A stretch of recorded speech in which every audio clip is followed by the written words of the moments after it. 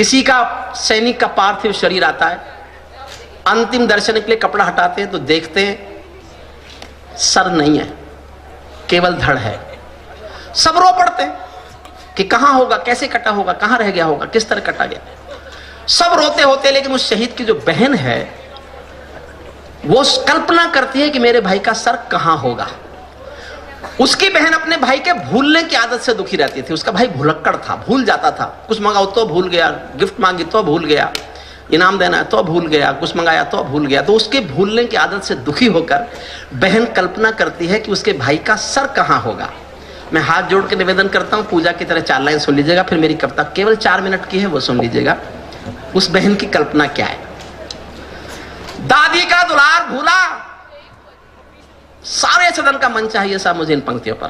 दादी का दुलार भूला, बाबुल का प्यार भूला, मोतियों की माला मेरी आज तक ना लाया है। होली वाले रंग भूला, दीपों की उमंग भूला, राखी का त्योहार बार बार बिसराया है। भाभी मेरा भैया तो जन्म से भुलक्कड़ था, आज भी उसी आदत को दोहराया है। जाते समय मैया के आशीष लेना भूल गया, आते समय रणथल में शीश भूल आया है। आते समय रणथल में शीश।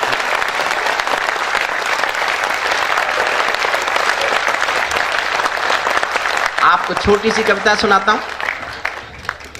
मैं केशव का 5 जन्म भी गहन मौन में खोया हूं। मैंने फिर कहा मैं गीतकार नहीं हूं, मैं इन गीतों के जो बड़े शिल्पी बैठे हैं उनको समर्पित करता हूं। कविता आदरणीय रमा जी को, दिनेश जी को। मैं केशव का 5 जन्म भी गहन मौन में खोया हूं, उन बेटों की याद कहानी लिखते लिखते रोया हूं। उन बेटों की याद कहानी लिखते लिखते रोया हूं, जिस माथे की कुमकुम बिंदी वापस लौट नहीं पाई, चुटकी झुमके पायल ले गई कुर्बानी की यमराई। कुछ बहनों की राखी जल गई है बर्फीली घाटी में, वेदी के गठबंधन मिल गए हैं करगिल की माटी में। पर्वत पर कितने सिंदूरी सपने दफन हुए होंगे, 20 बसंतों के मधुमासी जीवन हवन हुए होंगे। टूटी चोड़ी धुला महावर रूठा कंगन हाथों का, कोई मोल नहीं दे सकता बासंती जज्बातों का, कोई मोल नहीं दे सकता बासंती। टूटी चोड़ी धुला महावर रूठा कंगन हाथों का, कोई मोल नहीं दे सकता बासंती जज्बातों का। जो पहले पहले चुंबन के बाद लाम पर चला गया, एक पल का एहसास जीना मेरे साथ। मैंने दुनिया की सबसे बड़ी विद्युत की जो कविता पढ़ी है वो 2 लाइन की है। कोई राजेंद्र कृष्ण है भोपाल के, मैं जानता भी नहीं उनको। कोई पुरानी सी किताब मुझे मिली किसी लाइब्रेरी में, 2 पंक्तियां। मुझे लगता है युद्ध पर इससे बड़ी पंक्ति संसार में हो ही नहीं सकती। और पंक्तियां हैं, आज मेरा देश सारा लाम पर है, जो जहां भी है वतन के काम पर है।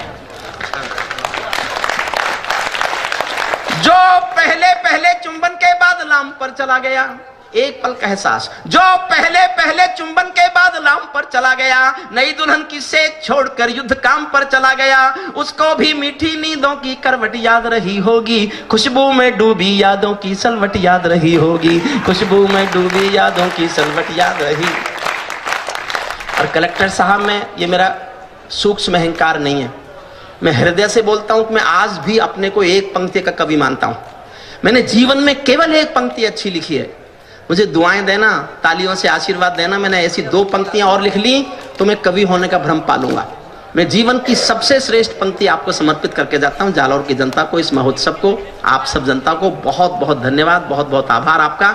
मेरी जीवन की सबसे अच्छी पंक्तियां सुनिए। उनको भी मीठी नींदों की करवट याद रही होगी, खुशबू में डूबी यादों की सलवट याद रही होगी। उन आंखों की 2 बूंदों से 7 सागर हारे हैं, उन आंखों की 2 बूंदों से 7 सागर हारे हैं, जब मेहंदी वाले हाथों ने मंगल सूत्र उतारे हैं, जब मेहंदी वाले हाथों ने मंगल।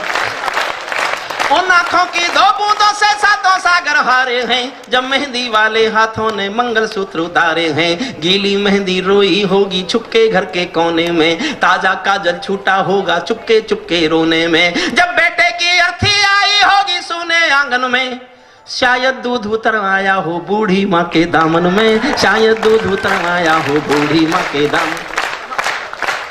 और आजाद ने बहुत प्यारी बात कही थी, अजान गांव का चर्चा की थी, और ये सच है कि एक पहली बार ऐसा हुआ कि किसी ने कंधा दिया।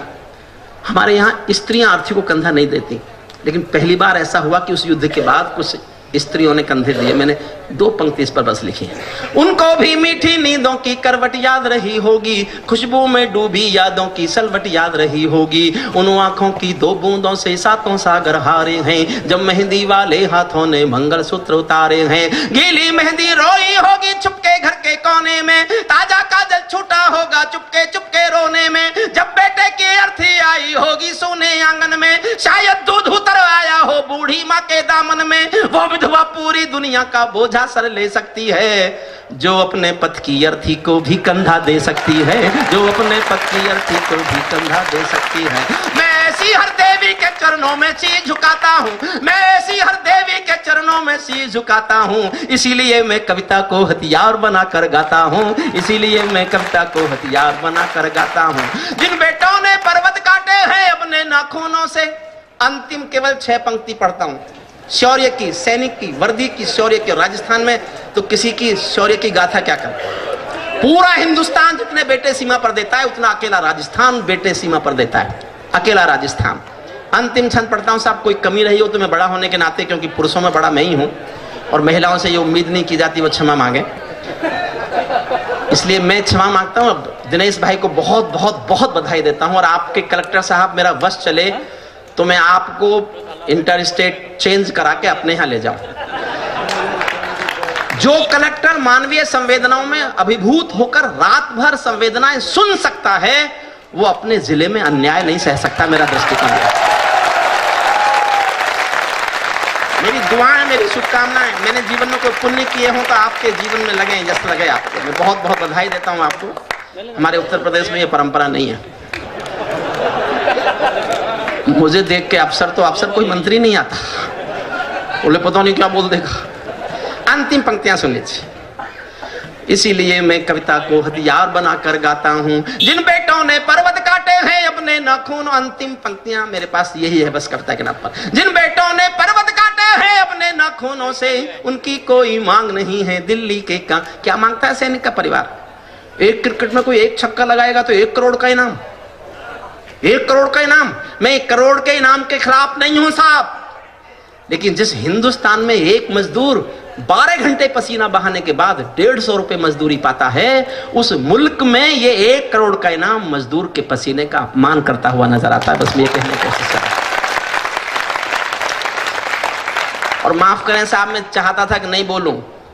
मैं जब 15 साल पहले यहां आया था, उसके बाद यहां हो सकता है वो कहीं बैठे हों, मेरे पास एक लंबी चिट्ठी गई थी कि हम तो आपको बड़ा देशभक्त समझते थे, आप इतने पैसे लेते हैं, मुझे ये जानकर बहुत दुख हुआ, और हम आपको भविष्य में जालौर में कभी नहीं बुलाएंगे, क्योंकि इतने पैसे लेने वाला कोई कवि होता है। साहब अब तो मैंने उससे भी 6 गुने लिए। लेकिन एक बात समझ लीजिए, मैं जो कमाता हूं, मेरा परिवार नहीं है, अकेला हूं। यूनिवर्सिटी की बड़ी नौकरी की मुझे बहुत पेंशन मिलती है, केवल उसमें जीता हूं। सारा पैसा हिंदुस्तान के गरीब बच्चों के ट्रस्ट में जाता है, मेरे घर कुछ नहीं जाता उसमें। मेरी जितनी सीडी बिकती हैं, जितनी कैसेट बिकती हैं, किताबें बिकती हैं, वो सारा पैसा और मेरी कब्ज़ की कमाई एक वाणी फाउंडेशन मैंने ट्रस्ट बनाया, और वो मासूम बच्चे, वो मजलूम बच्चे, वो गरीब बच्चे जिनके असहाय हैं, HIV पॉजिटिव हैं, अंधे हैं, विकलांग हैं, उन सब पर खर्च होता है। इसलिए मेरे पेमेंट पर सवाल उठाने वाले यहाँ सुन रहे हों तो ये भी समझ लें कि ये पैसा मैंने किसी से चंदा नहीं मांगा, अपने पौरुष से कमाया और गरीब बच्चों पर खर्च किया। ये मेरा आत्मस्वाभिमान है, आत्मसम्मान। जिन बेटों ने पर्वत काटे हैं अपने नाखूनों से, उनकी कोई मांग नहीं है दिल्ली के कानूनों से, उनकी कोई मांग नहीं है दिल्ली के कानूनों से, उनकी कोई मांग नहीं है दिल्ली के कानूनों से। जिनकी जो भूल रहा हूं, नहीं, जिन बेटों ने पर्वत काटे हैं अपने नाखूनों से, उनकी कोई मांग नहीं है दिल्ली के कानूनों से, उनकी कोई मांग नहीं है दिल्ली के कानूनों से।